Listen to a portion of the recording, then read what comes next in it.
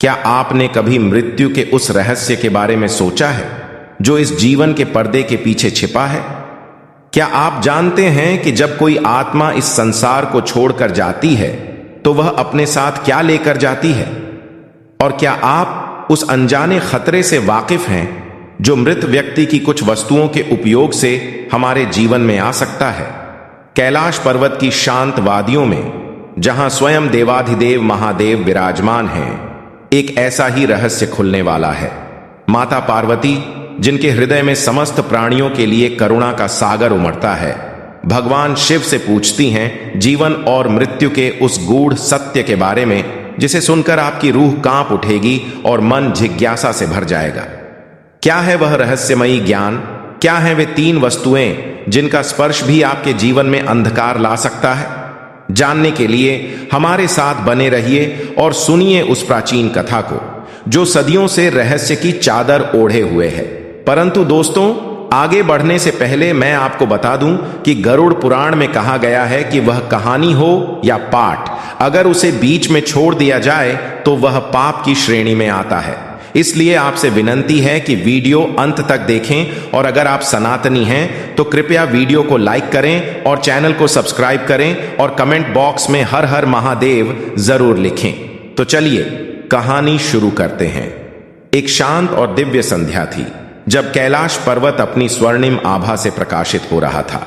भगवान शिव, जिनके गले में वासुकी नाग विराजमान थे और जो अपने त्रिशूल को थामे हुए गहरी समाधि में लीन थे, एक शिला पर बैठे थे। उनके चारों ओर शांति का एक अद्भुत मंडल बना हुआ था। तभी माता पार्वती, जिनके हृदय में समस्त प्राणियों के लिए अपार प्रेम और करुणा का सागर लहराता रहता है, धीरे धीरे उनके समीप आई।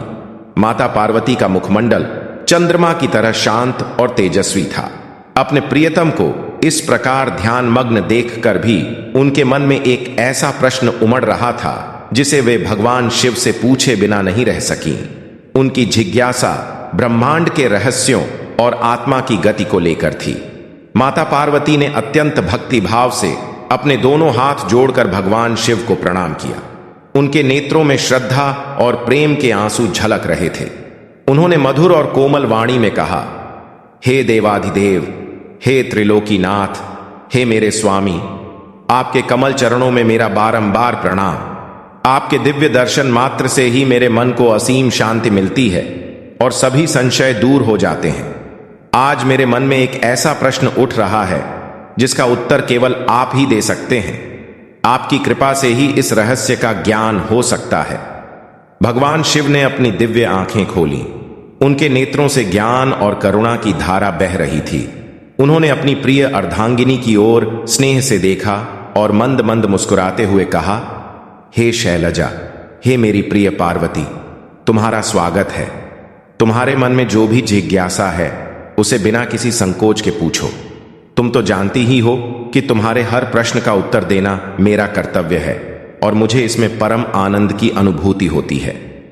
माता पार्वती ने अपनी वाणी में गंभीरता लाते हुए कहा, हे प्रभु, मेरा प्रश्न यह है कि जब कोई प्राणी इस नश्वर संसार को त्याग कर मृत्यु को प्राप्त होता है तो वह अपने साथ कौन सी अमूल्य निधि लेकर जाता है, और उस मृत प्राणी से जुड़ी हुई ऐसी कौन कौन सी वस्तुएं हैं जिनका उपयोग इस लोक में रहने वाले अन्य मनुष्यों को कदापि नहीं करना चाहिए। मुझे इस गूढ़ रहस्य को जानने की तीव्र इच्छा है। यह ज्ञान मेरे हृदय को शांति और प्राणियों के प्रति और अधिक करुणा से भर देगा। भगवान शिव ने कुछ क्षणों के लिए अपनी आंखें बंद की, मानो वे उस प्रश्न की गहराई को माप रहे हों।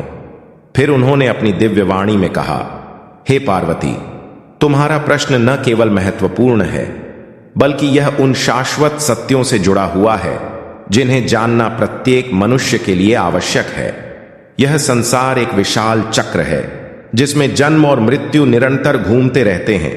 प्रत्येक जीव जिसने इस पृथ्वी पर जन्म लिया है उसे एक दिन इस नश्वर शरीर को त्यागना ही पड़ता है। यह सत्य है कि मनुष्य इस संसार में खाली हाथ आता है, लेकिन जब वह यहां से विदा लेता है तो अपने साथ कुछ अदृश्य किंतु अत्यंत महत्वपूर्ण चीजें अवश्य लेकर जाता है। और यह भी उतना ही सत्य है कि जीवित मनुष्यों को मृत व्यक्ति की कुछ विशेष वस्तुओं का उपयोग कभी भी नहीं करना चाहिए। क्योंकि ऐसा करने से नकारात्मक ऊर्जा का प्रभाव पड़ सकता है। तुम्हारे इन दोनों प्रश्नों का विस्तृत उत्तर देने से पहले मैं तुम्हें सुदूर अतीत की एक प्राचीन कथा सुनाता हूं। यह कथा हिमालय की गोद में बसे एक तपस्वी और 5 ऐसी भटकती आत्माओं की है जिन्होंने अपने कर्मों के कारण शांति खो दी थी। इस कथा को ध्यानपूर्वक सुनना, क्योंकि इसके प्रत्येक शब्द में मानव जीवन के गहरे रहस्य छिपे हुए हैं। माता पार्वती ने अपनी सहमति व्यक्त करते हुए अत्यंत विनम्रता से कहा, हे मेरे परमेश्वर, मैं पूर्ण एकाग्रता और श्रद्धा के साथ आपकी कथा सुनने के लिए उत्सुक हूं। कृपया मुझे वह पवित्र और ज्ञानवर्धक कथा सुनाइए जिससे मेरे मन की जिज्ञासा शांत हो। तब भगवान शिव ने अपनी दिव्य कथा सुनानी आरंभ की। हे पार्वती, युगों पहले जब हिमालय की चोटियां और भी अधिक रहस्यमय थीं, उनकी शांत तलहटी में एक छोटा सा रमणीय गांव बसा हुआ था, हिमपुर। यह गांव अपनी प्राकृतिक सुंदरता और आध्यात्मिक वातावरण के लिए जाना जाता था। इसी गांव में सोमनाथ नामक एक अत्यंत ज्ञानी और तपस्वी ब्राह्मण रहते थे। उन्होंने अपना संपूर्ण जीवन वेदों, शास्त्रों और आध्यात्मिक ग्रंथों के गहन अध्ययन में समर्पित कर दिया था। वे अत्यंत सात्विक, विनम्र और परोपकारी स्वभाव के थे। कभी किसी से कुछ मांगते नहीं थे और अपनी तपस्या और ध्यान में ही मग्न रहते थे। उनका जीवन अत्यंत सरल और पवित्र था। एक दिन सोमनाथ ने अपने मन में और अधिक गहन तपस्या करने की इच्छा जागृत हुई। उन्होंने ईश्वर के साथ सीधा संबंध स्थापित करने और अपनी आध्यात्मिक ऊर्जा को बढ़ाने के उद्देश्य से हिमालय के घने और रहस्यमय जंगलों में जाने का निश्चय किया। ब्राह्मण जिस वन में प्रवेश करते हैं उसका नाम अंधकार वन था। यह वन अपनी भयावहता, घने अंधकार और रहस्यमयता के लिए दूर दूर तक जाना जाता था। लोग इस वन में प्रवेश करने से डरते थे क्योंकि यहाँ का वातावरण सदैव भय और आशंका से परिपूर्ण रहता था। अंधकार वन में इतने विशाल और प्राचीन वृक्ष थे कि उनकी घनी शाखाएं सूर्य के प्रकाश को भी धरती तक नहीं पहुंचने देती थीं, जिससे दिन में भी गहरा अंधकार छाया रहता था। कुछ वृक्ष तो युगों युगों पुराने थे, जिनकी विशाल और मोटी जड़ें जमीन से बाहर निकलकर किसी विशालकाय सर्प की तरह चारों ओर फैली हुई थीं। यहां भयानक दिखने वाले ऊंचे ऊंचे देवदार और चीड़ के वृक्षों की अधिकता थी, जो हवा में अपनी रहस्यमय ध्वनियां उत्पन्न करते थे। इस भयंकर वन में कंटीले झाड़ और अनेक प्रकार के विषैले पौधे भी थे, जिनसे गुजरते हुए लोगों के रोंगटे खड़े हो जाते थे और मन में भय का संचार होता था। यहां काले पंखों वाले रहस्यमय पक्षी जैसे कि उल्लू और कौवे दिन में भी उड़ते दिखाई देते थे, जिनकी कर्कश और डरावनी आवाजें पूरे जंगल में गूंजती थीं। जंगली जानवर जैसे कि काले तेंदुए, खूंखार भेड़िए और विशाल भालू यहां अक्सर अपने शिकार की तलाश में घूमते रहते थे, जिनकी उपस्थिति और दहाड़ से वन का वातावरण और भी भयावह हो जाता था। चलते चलते सोमनाथ एक अत्यंत प्राचीन और विशाल बरगद के पेड़ के पास पहुंचते हैं। यह पेड़ इतना पुराना था कि इसकी शाखाएं चारों दिशाओं में फैली हुई थीं और इसकी जड़ें धरती में बहुत गहराई तक गई हुई थीं। वे देखते हैं कि उस वृक्ष के नीचे 5 भयानक और उदास आत्माएं खड़ी हैं। ये सभी आत्माएं अपने पिछले जन्मों के बुरे कर्मों के कारण इस वन में भटक रही थीं और इस जंगल से गुजरने वाले किसी भी प्राणी को डराकर परेशान करती थीं। कोई भी मनुष्य यदि भूलवश उस मार्ग से जाता तो वे उसे घेर लेती और अपनी भयानक आवाजों और डरावने रूपों से उसे भयभीत करती थीं, जिससे वह या तो मूर्छित हो जाता या फिर डर के मारे भाग जाता। अपनी पूर्व जन्मों के कर्मों का पश्चाताप न करने के कारण इन आत्माओं को शांति नहीं मिल रही थी और वे इसी वन में भटकने के लिए अभिशप्त थीं। जब सोमनाथ उस वृक्ष के पास आते हैं तो वे 5 आत्माएं उन्हें देखकर आपस में फुसफुसाने लगती हैं। पहली आत्मा, जिसका शरीर धुएं के बादल जैसा था, कहती है, देखो, आज हमें कोई तपस्वी मिला है, इसे डराने में बड़ा मजा आएगा। दूसरी आत्मा, जिसका शरीर आग की लपटों की तरह चमक रहा था, कहती है, हाँ, इसकी तपस्या का तेज देखकर तो और भी डर लगेगा। चलो इसे मिलकर डराते हैं और देखते हैं कि यह कितना सहन कर पाता है। तीसरी आत्मा, जिसका शरीर हवा के झोंके की तरह अस्थिर था, कहती है, हम इसे अपनी आवाजों से इतना डराएंगे कि यह कभी इस वन में वापस आने की हिम्मत नहीं करेगा। इस प्रकार वे पांचों आत्माएं उस ब्राह्मण को डराने के लिए आगे बढ़ती हैं। लेकिन जब सोमनाथ उन आत्माओं को देखते हैं तो वे बिल्कुल भी भयभीत नहीं होते। वे तो भगवान शिव के अनन्य भक्त थे और हर समय उनका ध्यान करते रहते थे। उनका मन शांत और स्थिर था और उन्हें किसी भी सांसारिक भय से कोई डर नहीं लगता था। उन आत्माओं को देखकर भी सोमनाथ शांत खड़े रहे और अपनी आंखें बंद करके भगवान शिव का स्मरण करने लगे, उनके दिव्य मंत्रों का जाप करने लगे। सोमनाथ का ऐसा शांत, निर्भीक और आध्यात्मिक व्यवहार देखकर वे पांचों आत्माएं हैरान हो जाती हैं। उन्होंने अपने भटकते जीवन में कभी किसी मनुष्य को इतना शांत और अडिग नहीं देखा था। वे आश्चर्यचकित होकर उस ब्राह्मण की ओर देखती रहीं और आपस में कहने लगीं, यह कैसा तपस्वी है, इसे तो हमारी भयानक रूप से भी डर नहीं लग रहा। क्या यह कोई सिद्ध पुरुष है? फिर एक आत्मा, जो उन सभी में सबसे अधिक उदास दिख रही थी, आगे बढ़कर कहती है, हे तपस्वी, तुम कौन हो और इस भयानक वन में अकेले क्या कर रहे हो? हम तो यहां भटकती हुई आत्माएं हैं, जिन्हें देखकर बड़े बड़े शूरवीर योद्धा भी डर के मारे कांपने लगते हैं और भाग जाते हैं। तुम्हें देखकर तो ऐसा लगता है जैसे तुम्हें कोई भय ही नहीं है। क्या तुम्हारे पास कोई विशेष शक्ति है? सोमनाथ ने धीरे से अपनी आंखें खोलीं और उन आत्माओं की ओर देखकर शांत और करुणामय स्वर में कहा, मैं सोमनाथ हूं और मैं यहां भगवान शिव की तपस्या करने आया हूं। मुझे तुमसे कोई भय नहीं है, क्योंकि मैं जानता हूं कि भगवान शिव, जो सभी शक्तियों के स्रोत हैं, सदैव मेरे साथ हैं और मेरी रक्षा कर रहे हैं। उनकी बात सुनकर दूसरी आत्मा कहती है, तुम तो बड़े निर्भीक हो, लेकिन हम यहां बहुत दुखी हैं और शांति की तलाश में भटक रहे हैं। क्या तुम हमारी सहायता कर सकते हो? क्या तुम्हारे पास कोई ऐसा ज्ञान है जिससे हमें मुक्ति मिल सके? सोमनाथ ने कहा, यदि मैं तुम्हारी किसी भी प्रकार से सहायता कर सकता हूं तो मुझे परम प्रसन्नता होगी। बताओ, तुम्हें क्या कष्ट है और तुम किस प्रकार की मुक्ति चाहते हो? तब पहली आत्मा, जिसका नाम रुद्र था, आगे बढ़ी। उसका शरीर धुएं जैसा था और उसकी आवाज में गहरी पीड़ा और पश्चाताप की भावना भरी हुई थी। उसने कहा, हे तपस्वी, मेरा नाम रुद्र है। अपने पिछले जन्म में मैं एक बहुत धनी और शक्तिशाली व्यापारी था। मैंने जीवन भर अथाह धन कमाया, लेकिन कभी किसी गरीब या जरूरतमंद की सहायता नहीं की। मेरे हृदय में दूसरों के प्रति कोई दया या करुणा नहीं थी। मैंने केवल अपने लाभ और सुख के बारे में सोचा। इसी पाप के कारण मेरी आत्मा इस वन में भटक रही है और मुझे कहीं भी शांति नहीं मिल रही है। दूसरी आत्मा, जिसका नाम अग्नि था, आगे आई। उसका शरीर आग की तरह जल रहा था और उसकी आंखों में एक भयानक पीड़ा झलक रही थी। उसने कहा, मैं अग्नि हूं। पिछले जन्म में मैं एक प्रतिष्ठित पुजारी था। मैंने लोगों से दान और दक्षिणा तो बहुत ली, लेकिन कभी किसी को सच्चा आध्यात्मिक ज्ञान नहीं दिया। मैंने अपने स्वार्थ और अहंकार के लिए धर्म का दुरुपयोग किया और लोगों को गुमराह किया। इसलिए मेरी यह भयानक गति हुई है और मैं इस अग्नि में जल रहा हूं। तीसरी आत्मा, जिसका नाम वायु था, आगे बढ़ी। उसका शरीर हवा की तरह अस्थिर था और वह एक स्थान पर टिक नहीं पा रहा था। उसने कहा, मैं वायु हूं। पिछले जन्म में मैं एक संदेशवाहक था। मैंने हमेशा झूठ बोला और लोगों के बीच गलत फहमी और झगड़े पैदा किए। मैंने अपने बुरे विचारों और शब्दों से दूसरों को बहुत कष्ट पहुंचाया। मेरे इन्हीं कर्मों के कारण मुझे अब तक शांति नहीं मिल रही है और मैं इस वन में भटक रहा हूं। चौथी आत्मा, जिसका नाम जल था, आगे आई। उसका शरीर पानी की तरह ठंडा और उदास था और उसकी आंखों में आंसू भरे हुए थे।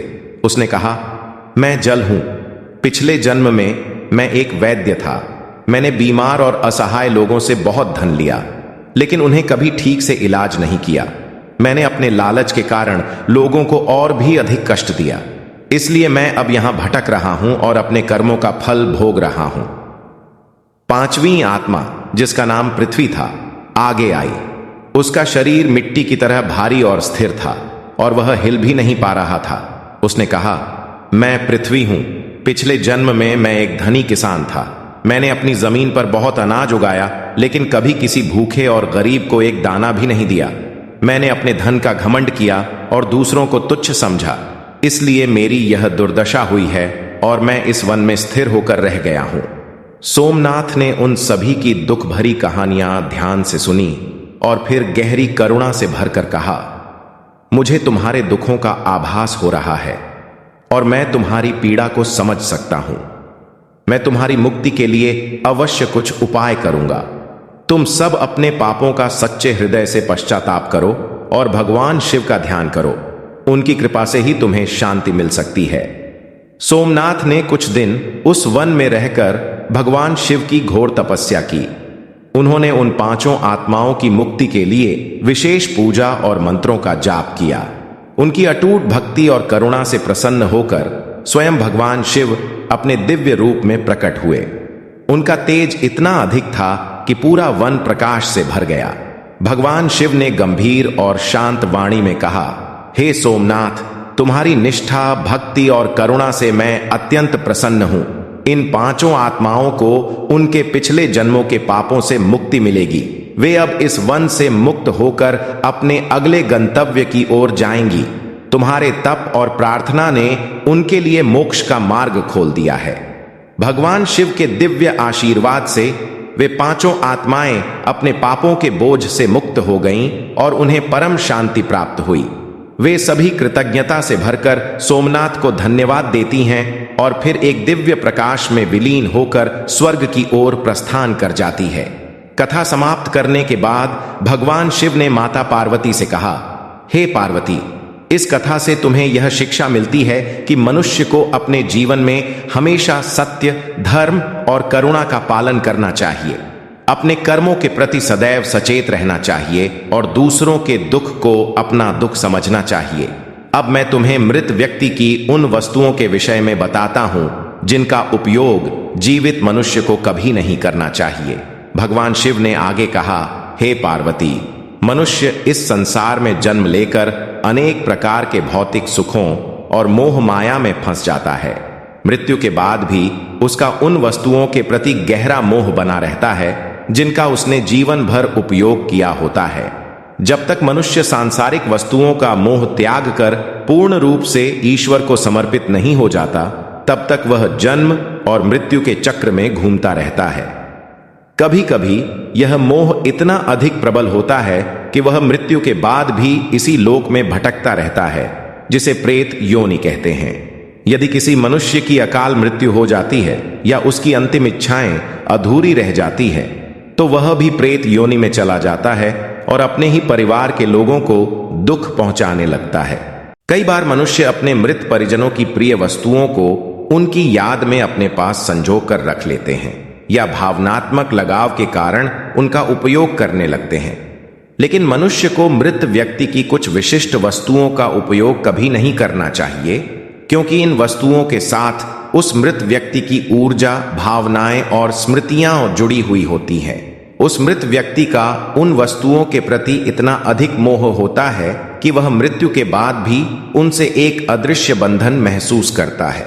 और यदि कोई जीवित व्यक्ति उन वस्तुओं का प्रयोग करता है तो उसे कई प्रकार की नकारात्मक ऊर्जाओं और परेशानियों का सामना करना पड़ सकता है।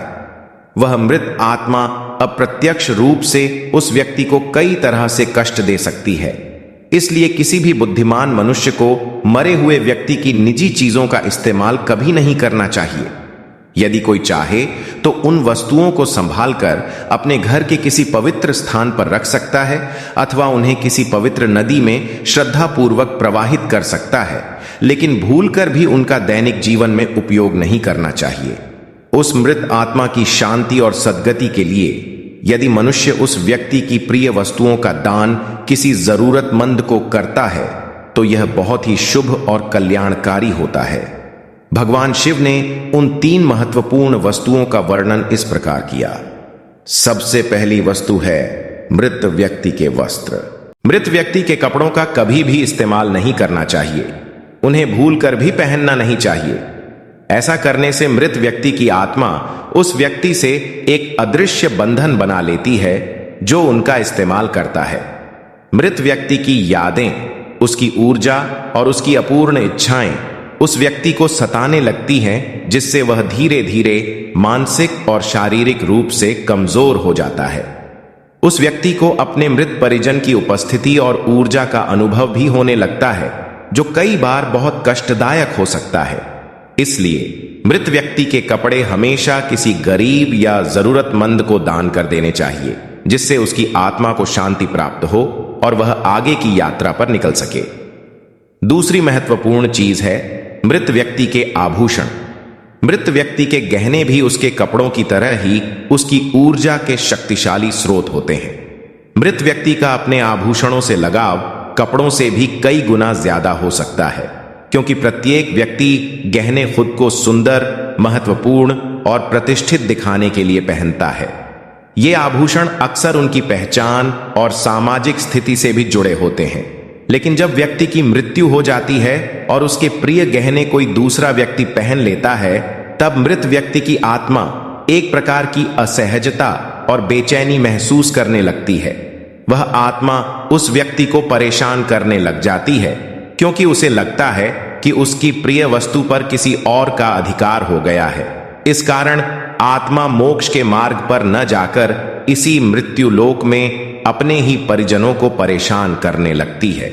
इसलिए मृत व्यक्ति के गहनों का कभी भी इस्तेमाल नहीं करना चाहिए। व्यक्ति की मृत्यु के बाद उसके गहनों को पिघलाकर किसी पवित्र कार्य में उपयोग करना या फिर उन्हें दान कर देना उचित होता है। तीसरी और अंतिम महत्वपूर्ण वस्तु है मृत व्यक्ति का प्रिय पात्र। यदि मृत व्यक्ति का कोई विशेष पात्र, जैसे कि उसका प्रिय लौटा, उसका पसंदीदा भोजन का बर्तन या कोई अन्य निजी वस्तु जिसका वह नित्य उपयोग करता था, तो उसका भी उपयोग जीवित व्यक्तियों को नहीं करना चाहिए। इन पात्रों से भी मृत व्यक्ति की गहरी भावनाएं, आदतें और ऊर्जा जुड़ी होती हैं। इनका उपयोग करने से जीवित व्यक्ति को नकारात्मक ऊर्जा का अनुभव हो सकता है, जिससे उसके स्वास्थ्य और मन पर बुरा प्रभाव पड़ सकता है। इसलिए ऐसे प्रिय पात्रों को भी दान कर देना चाहिए या किसी पवित्र स्थान पर सम्मान पूर्वक रख देना चाहिए, जहां उनकी पवित्रता बनी रहे।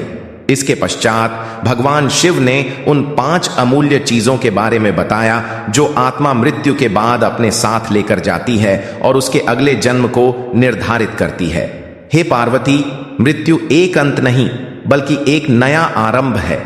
जब आत्मा इस नश्वर शरीर को त्यागती है तो वह अकेली नहीं जाती। वह अपने साथ कुछ अत्यंत महत्वपूर्ण और अदृश्य चीजें लेकर जाती है, जो उसके अगले जन्म और उसकी आध्यात्मिक यात्रा की दिशा तय करती हैं। पहली चीज है कामना। मनुष्य की अतृप्त इच्छाएं और आकांक्षाएं जो इस जीवन में पूरी नहीं हो पाती हैं, मृत्यु के बाद भी उसकी आत्मा के साथ रहती है। ये कामनाएं ही उसे एक नया शरीर धारण करने के लिए प्रबल रूप से प्रेरित करती हैं, ताकि वह उन इच्छाओं को अगले जन्म में पूरा कर सके। कामना एक ऐसी शक्तिशाली ऊर्जा है जो आत्मा को लगातार नए शरीर की खोज में लगाए रखती है, जब तक कि वह सभी सांसारिक इच्छाओं से मुक्त नहीं हो जाती।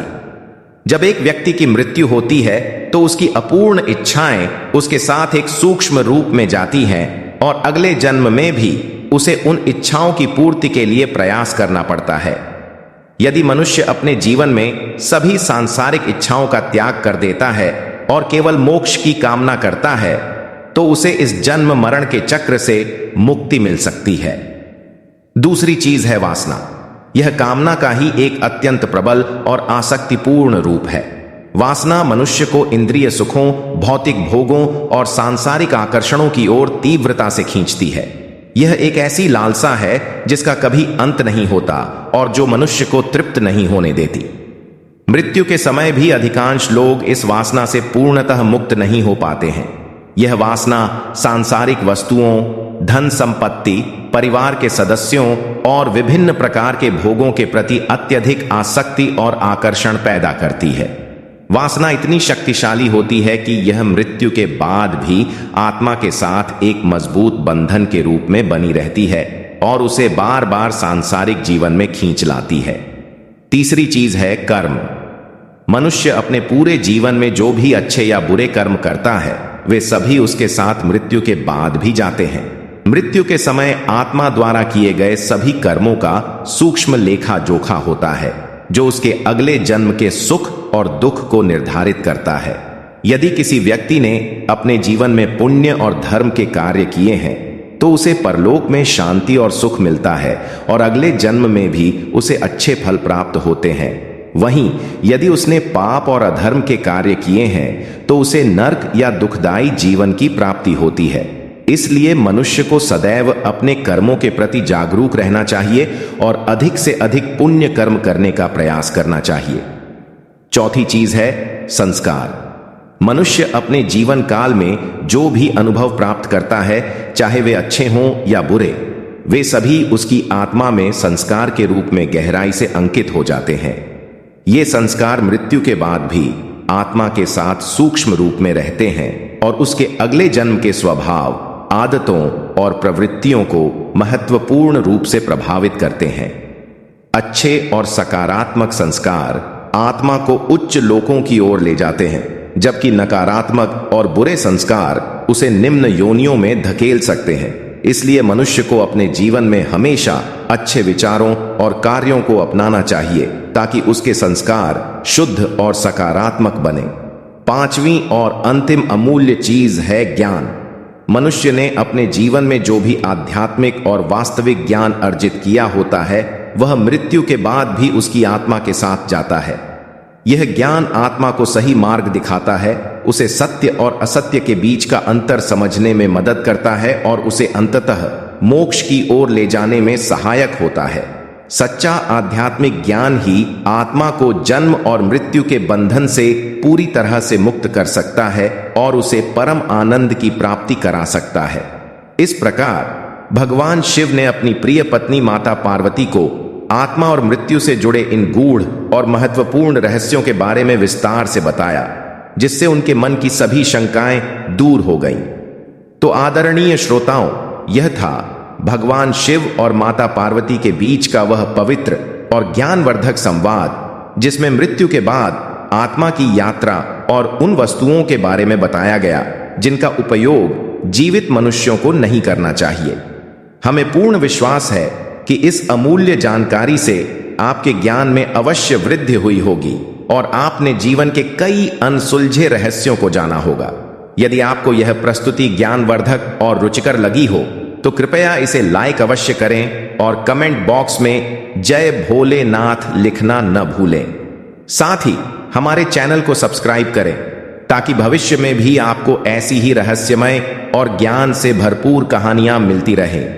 आपका साथ और समर्थन ही हमारी प्रेरणा है। आप सभी का हृदय से धन्यवाद।